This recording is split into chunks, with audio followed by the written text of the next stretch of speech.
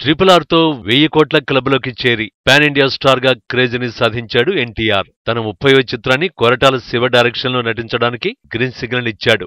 NTR 30 working title తో ఈ చిత్రం ఇప్పటికే సెట్స్ పైకి రావాల్సి ఉంది. కానీ మెగాస్టార్ చిరంజీవికి ఆచార్య లాంటి డిజాస్టర్ నిచ్చిన కొరటాల శివ కెరీర్ పై నీలినీడలు కమ్ముకున్నాయి. దాంతో తన చిత్రం పూర్తి కథనాలను విన్నాడట ఎన్టీఆర్. స్క్రిప్ట్ సంతృప్తికరంగా లేకపోవడంతో భారీ మార్పులను సూచించాడని టాక్.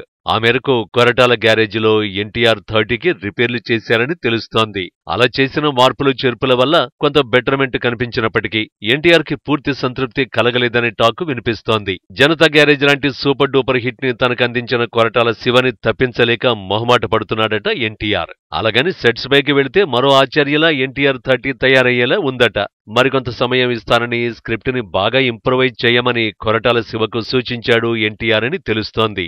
ఆలస్యమైనా పర్వాలేదు గాని పూర్తి స్క్రిప్ట్ ని రెడీ చేయాలని చెప్పారట. షూటింగ్స్ లో డైలాగ్స్ రాయడం, స్క్రిప్ట్ లో మార్పులు చేయటం తగదని గట్టిగానే చెప్పాడట ఎన్టీఆర్. ఈ మాట వింటే ఓ పెద్దాయన చెప్పిన మాట గుర్తొస్తోంది అంటున్నారు సినీ క్రిటిక్స్.